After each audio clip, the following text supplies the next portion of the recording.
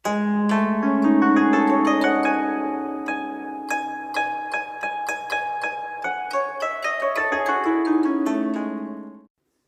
ആരംഭിക്കുന്നത് കോഴിക്കോടുള്ള ബേബി ഹോസ്പിറ്റലിൻ്റെ അടുത്ത് നിന്നാണ്.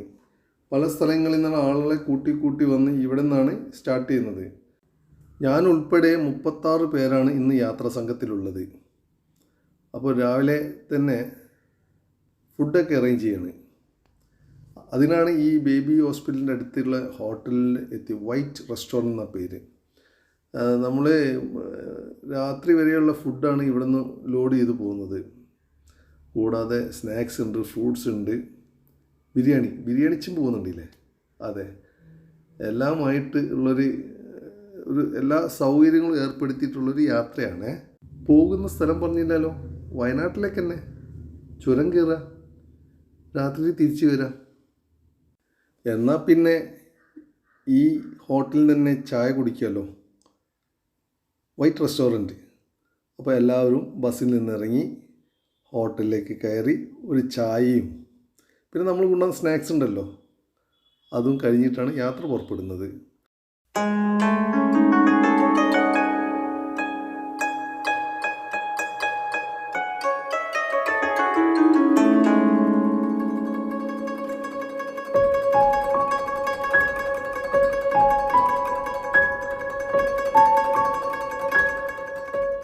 चलते चलते मेरे ये गीत याद रखना, कभी अलविदा ना कहना, कभी अलविदा ना कहना.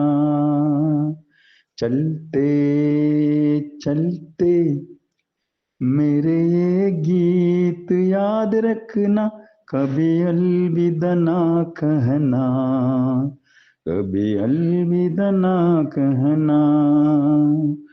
रूठे हंसते बस यूं ही तुम गुनगुनाते रहना, कभी अलविदा ना कहना, कभी अलविदा ना कहना. चलते चलते मेरे गीत याद रखना, कभी अलविदा ना कहना, कभी अलविदा ना कहना. ഈ യാത്രയ്ക്ക് ഒരു പ്രത്യേകതയുണ്ട്, പറയട്ടെ. 40 വയസ്സ് മുതൽ 75 വയസ്സ് വരെ പ്രായമുള്ള ആളുകൾ അടങ്ങിയിട്ടുള്ളൊരു യാത്രയാണ്.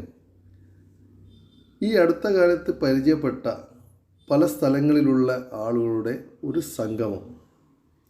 ശരിയായി പരിചയപ്പെടാൻ വേണ്ടിയിട്ടുള്ളൊരു യാത്രയാണ് കേട്ടോ ഇത്.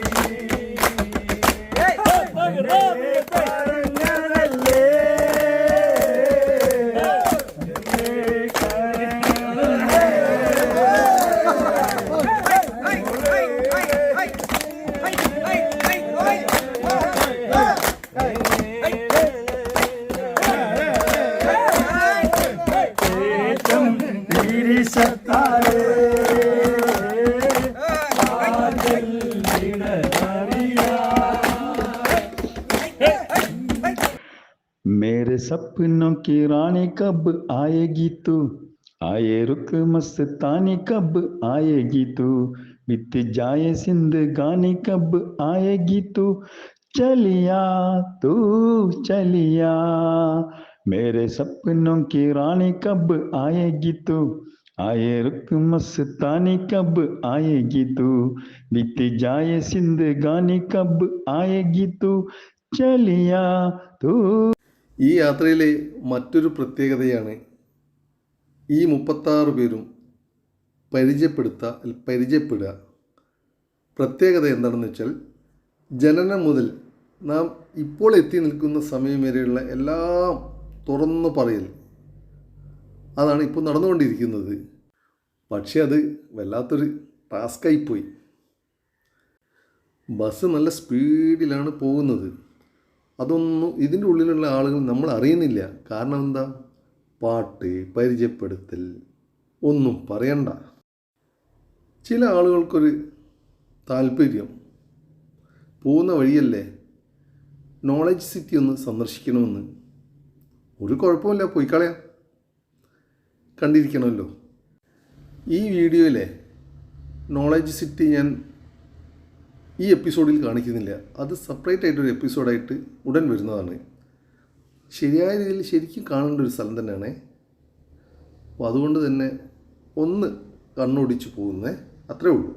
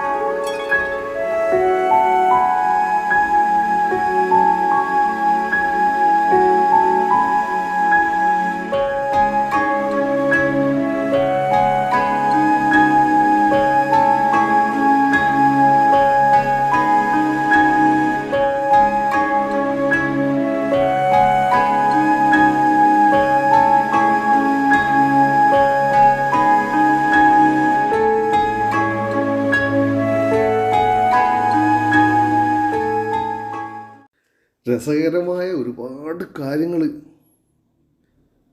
നിങ്ങളുമായിട്ട് കാണിക്കാനുണ്ട്. ഒറ്റ എപ്പിസോഡിൽ തീർന്നു തോന്നില്ല. അപ്പോൾ പാർട്ടായി കാണിച്ചു തരേ. നമ്മൾ പ്രതീക്ഷിക്കാത്ത അതാണ് ആ രസകരമായിട്ടുള്ള അനുഭവങ്ങൾ.